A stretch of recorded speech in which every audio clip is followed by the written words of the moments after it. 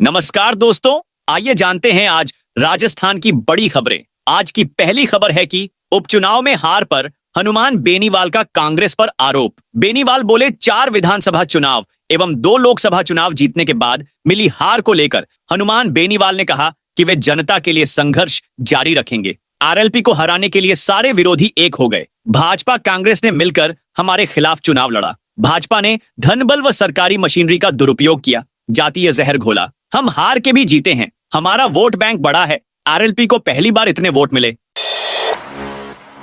RET 2024 को लेकर फिर होगी जयपुर में बैठक। अगले वर्ष फरवरी में प्रस्तावित राजस्थान अध्यापक पात्रता परीक्षा रीट के आवेदन 1 दिसंबर से शुरू होना संभव नहीं लग रहा है। कारण, इस परीक्षा की नोडल एजेंसी राजस्थान माध्यमिक शिक्षा बोर्ड को अब तक राज्य सरकार का अधिकृत पत्र प्राप्त नहीं हुआ है। ऐसे में अब इस परीक्षा के आवेदन के लिए तीसरी बार तिथि जारी होने की आशा है। संभावना है कि मंगलवार को जयपुर में होने जा रही बैठक में रीट के आवेदन के लिए जारी होने वाली विज्ञप्ति का अनुमोदन सरकार द्वारा किए जाने के बाद नई तिथि जारी की जाए। रीट का प्रदेश में 10 लाख से अधिक अभ्यर्थी इंतजार कर रहे हैं। विधायक रविंद्र भाटी ने जैन को फटकारा। शिव विधायक रविंद्र सिंह भाटी ने ग्रामीणों की बिजली से संबंधित शिकायतों को लेकर जूनियर इंजीनियर जैन को खूब फटकारा। उन्होंने ग्रामीणों के बीच जेएन से कहा, तुझे सरकार किस बात का पैसा देती है? लोग तुझे बुलाते हैं, तू फोन नहीं उठाता, आता नहीं। जेएन ने सफाई दी, मैं रोज आता हूं। इस पर विधायक ने उसे लताड़ दिया, चुप कर, तुझे आना भी पड़ेगा और फोन भी उठाना पड़ेगा। अर्धवार्षिक परीक्षा 12 दिसंबर से। प्रदेश में माध्यमिक शिक्षा विभाग ने जिला समान परीक्षा योजना को राज्य परीक्षा योजना में बदलकर 9वीं और 11वीं कक्षा के बच्चों को राहत दी है। शिक्षा निदेशालय की ओर से दोनों कक्षाओं के लिए ब्लूप्रिंट जारी किया गया है, जिसके अनुसार अर्धवार्षिक परीक्षा में मार्किंग की नई स्कीम लागू की गई है। अब स्कूली विद्यार्थियों के लिए प्रतियोगी परीक्षाओं की तरह अंक विभाजन के आधार पर पाठ्यक्रम तैयार किया गया है। साथ ही नई शिक्षा नीति के तहत 70 नंबर के पेपर में किताबों से सिर्फ 50% सवाल ही पूछे जाएंगे, बाकी के सवाल ज्ञान आधारित होंगे। बीजेपी ऑफिस पहुंची वसुंधरा राजे। करीब 3.5 महीने बाद आज वसुंधरा राजे पार्टी के किसी कार्यक्रम में शामिल होने के लिए प्रदेश बीजेपी कार्यालय पहुंची। 16 मिनट रुकने के बाद राजे वहां से रवाना हो गई। बैठक में अपने संबोधन में राजे ने कहा, मुझे मीटिंग के लिए 2 बजे की सूचना थी। मैं प्रदेशाध्यक्ष और प्रदेश प्रभारी के आने का इंतजार कर रही थी। मेरी 4:50 की फ्लाइट है। मैं व्यक्तिगत तौर पर नवनिर्वाचित विधायकों को बधाई देना चाहती थी, इसलिए यहां आई। अब मुझे निकलना पड़ेगा। 10 गुना पेड़ लगाने की शर्त पर रेलवे प्रोजेक्ट को मंजूरी। हाईकोर्ट ने 10 गुना पेड़ लगाने की शर्त पर रेलवे के एक प्रोजेक्ट को मंजूरी दी है। यह मंजूरी रेलवे के गति शक्ति योजना के तहत मल्टी कार्गो टर्मिनल के लिए दी गई। याचिका में कंपनी को पेड़ काटने के लिए दी गई एनओसी और प्रशासन की ओर से पेड़ काटने के लिए जारी नीलामी आदेश को रद्द करने की मांग की गई थी। याचिका में कहा गया था कि प्रशासन ने पेड़ काटने की अनुमति देने से पहले ऐसा कोई विकल्प नहीं तलाशा जिससे कम से कम पेड़ काटे जाए।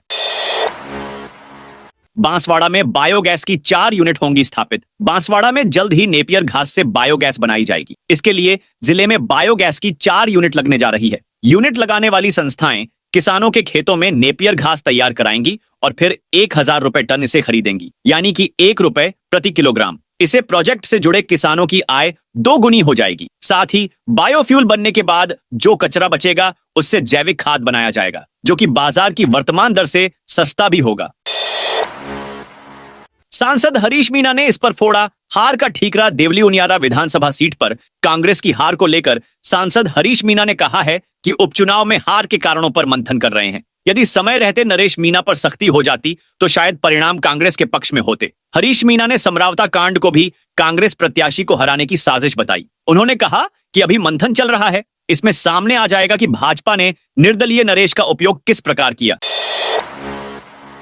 बांसवाड़ा में सोना निकालने का काम होगा शुरू। बांसवाड़ा में 114.76 मिलियन टन स्वर्ण खनन का रास्ता साफ हो गया है। खनन का ठेका लेने वाली फर्म ने सरकार को 100 करोड़ रुपए जमा करा दिए हैं। साथ ही एलओआई मंशा पत्र के लिए आवेदन कर दिया है। कर्नाटक, आंध्र प्रदेश और झारखंड के बाद राजस्थान चौथा प्रदेश होगा जो स्वर्ण खनन करने जा रहा है। रतलाम की एक फर्म ने 65.30% बोली लगाकर यह कार्य लिया है। फर्म ने उद्योग विभाग के साथ 8000 करोड़ का एमओयू किया है। एलओआई के लिए आवेदन से पहले जरूरी 100 करोड़ जमा करा दिए। उदयपुर स्थित खनिज निदेशालय से सरकार को एलओआई के लिए फाइल भेज दी है।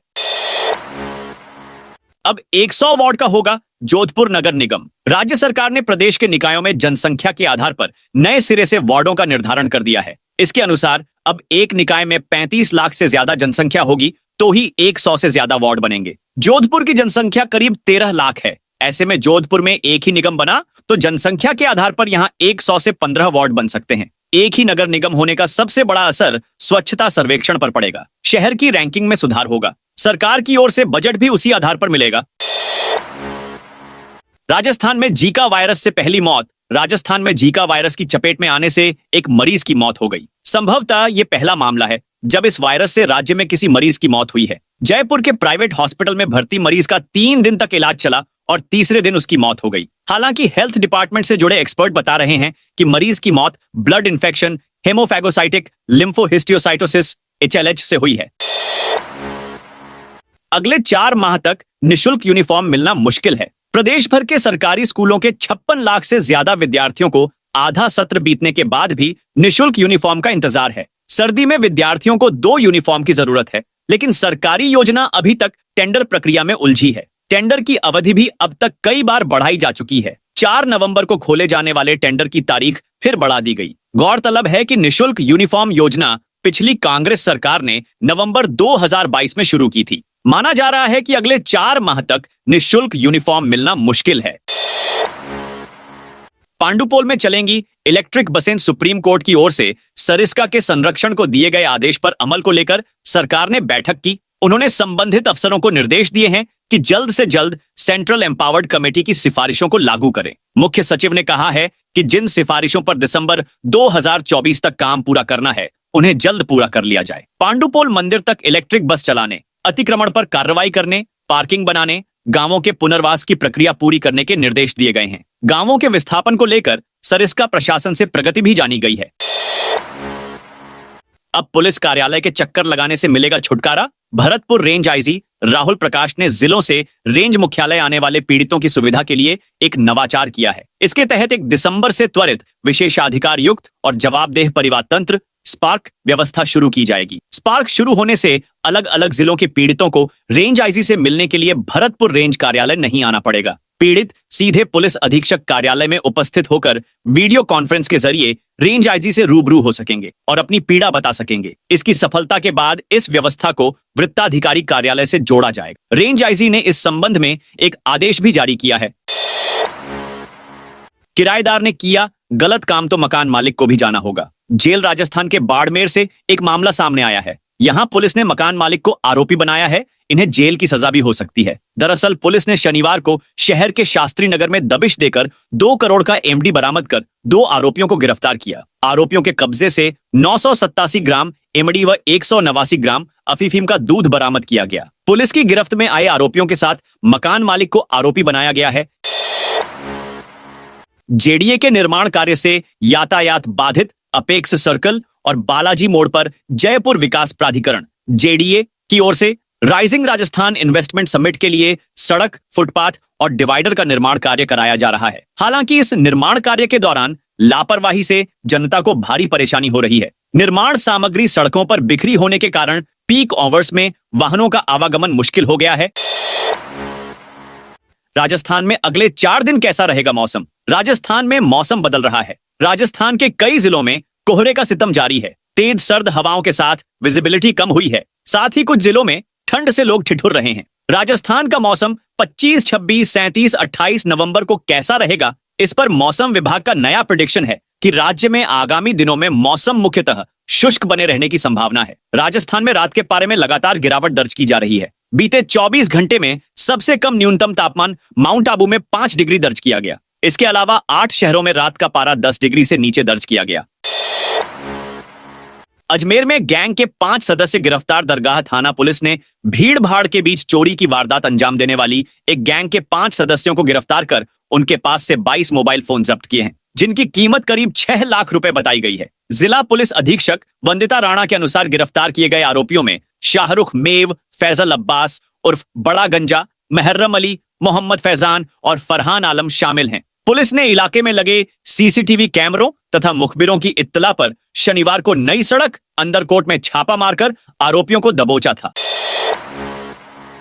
जैसलमेर में रात का पारा 14 डिग्री पहुंचा। जैसलमेर में तापमान में उतार चढ़ाव का दौर जारी है। दिन के तापमान में गिरावट नहीं हो रही है। रात का पारा 14 से 15 डिग्री के बीच होने के कारण रात में सर्दी का असर तेज है। जिले में दिन में मौसम साफ रहता है, वहीं अलसुबह व रात के समय ठंड का आलम है। शहर के मुकाबले नहरी क्षेत्र नाचना, मोहनगढ़ व रामगढ़ में सर्दी का असर तेज है। लोग सर्दी से बचने के लिए जतन करते नजर आ रहे हैं। लोग अलसुबह ठंडी से बचने के लिए अलाव का सहारा लेते हुए भी नजर आ रहे हैं। मौसम विभाग ने आगामी 4 दिनों के लिए जैसलमेर जिले में मौसम साफ रहने की संभावना जताई है। इसके साथ ही दिसंबर के पहले सप्ताह में सर्दी का असर बढ़ने की संभावना जताई है।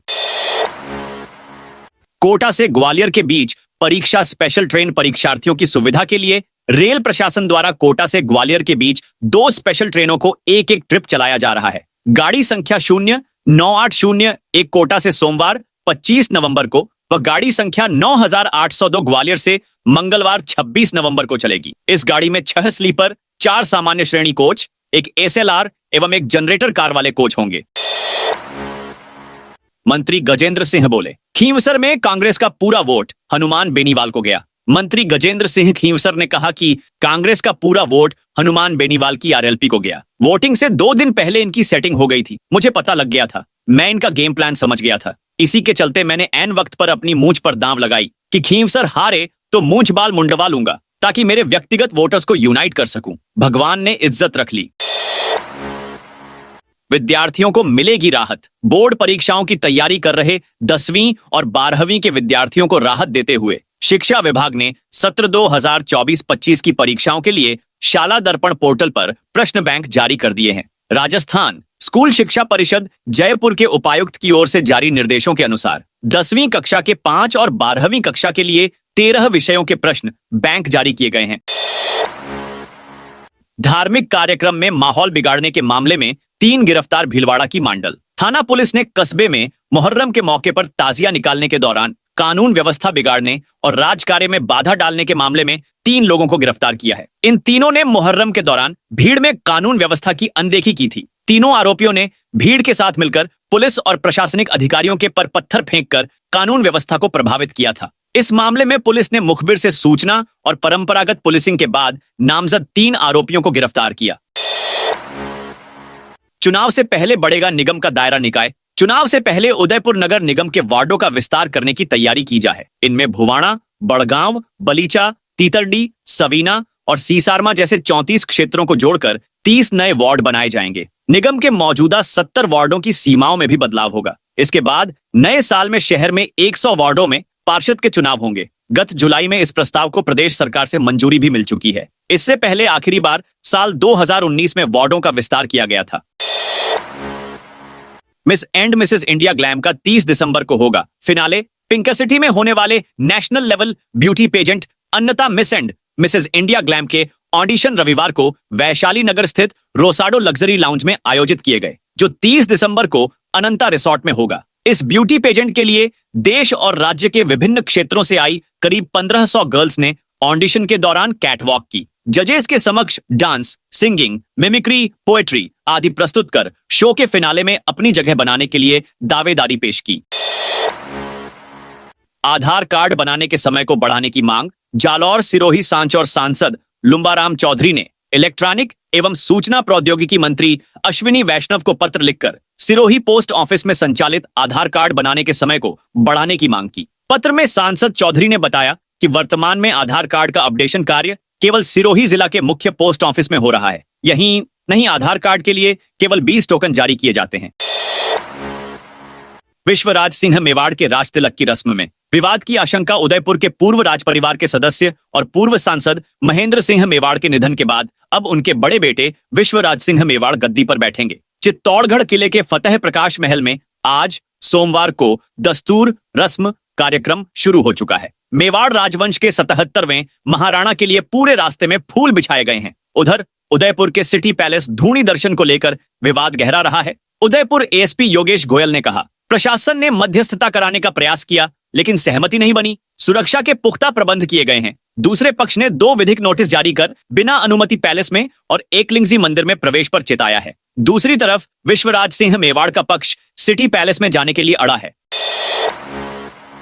अब ट्रेनों को रियल टाइम एनालिसिस कर रिशेड्यूल किया जाएगा रेल यात्रियों के लिए। राहत भरी खबर है। रेलवे अब ट्रेन की रियल टाइम एनालिसिस कर यात्रियों को अपडेट करेगा। इससे न सिर्फ यात्रियों को आराम होगा, बल्कि रेलवे भी यात्रियों का मूवमेंट आसानी से कर सकेगा। लॉरेंस बिश्नोई के नाम से धमकी। गैंगस्टर लॉरेंस बिश्नोई के नाम से 50 लाख रुपए की रंगदारी मांगने का मामला सामने आया है। मामला भरतपुर का है, जहां पर आरोपी ने विवेक शर्मा को फोन कॉल और धमकी भरे मैसेज भेजे थे, जिसमें उन्हें चेतावनी दी गई थी कि अगर पैसे नहीं दिए गए तो जान से मार दिया जाएगा। इस मामले को लेकर विवेक शर्मा ने रविवार को कोतवाली पुलिस थाने में रिपोर्ट दर्ज कराई, जिसके बाद पुलिस ने जांच शुरू कर दी है। राजस्थान को अगले साल मिलेगी एक और सौगात। मेडिकल सुविधाओं का सेंटर अगले चरण में बोरावास होगा। शहर के करीब 25 किलोमीटर दूर यहां प्रदेश की दूसरी मेडिकल यूनिवर्सिटी बन रही है। पहले चरण में 100 करोड़ का बजट मिला और 35% का सिविल वर्क पूरा हो चुका है। अगले साल यानी 2025 में इसका निर्माण पूरा होगा। खास बात यह है कि इसी परिसर में नया मेडिकल कॉलेज व अस्पताल भी बनेगा, जिससे चिकित्सा सुविधाओं का विस्तार भी होगा। यह थी आज राजस्थान की बड़ी खबरें। आपने अभी तक इस वीडियो को लाइक नहीं किया तो फटाफट से कर दीजिए।